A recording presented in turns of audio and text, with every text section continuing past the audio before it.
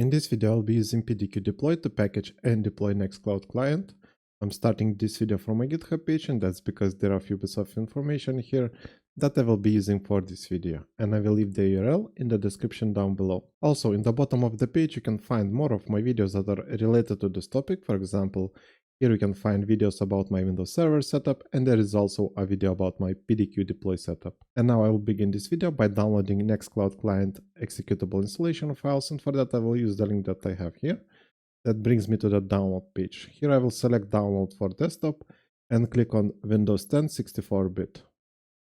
And then I will go to my downloads folder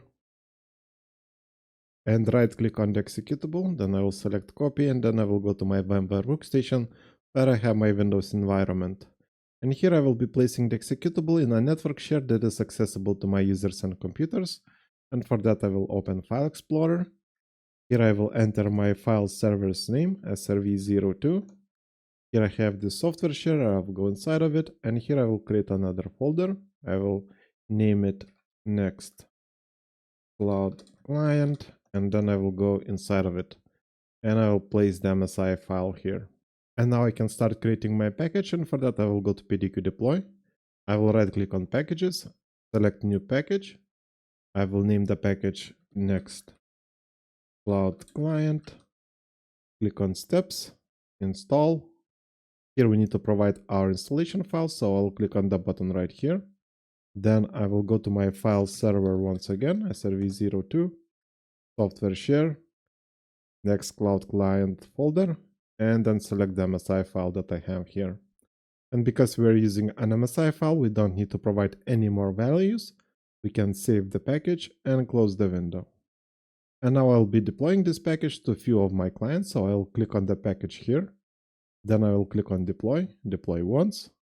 I will select my targets by clicking on Choose Targets, Active Directory, and Computers. And here I will select Client 01 and Client 02. Then I will click on this button, and the targets appeared in this window. Now I will click OK and deploy now. And now we need to wait a bit.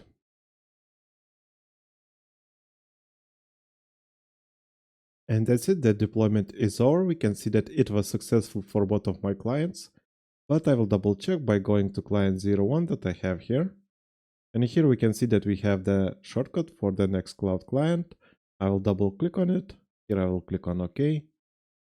And it gives us the sign-in screen. And that means that our deployment was successful. And that's it for this video. Like and subscribe if you want to see more videos like this, and see you in the next one.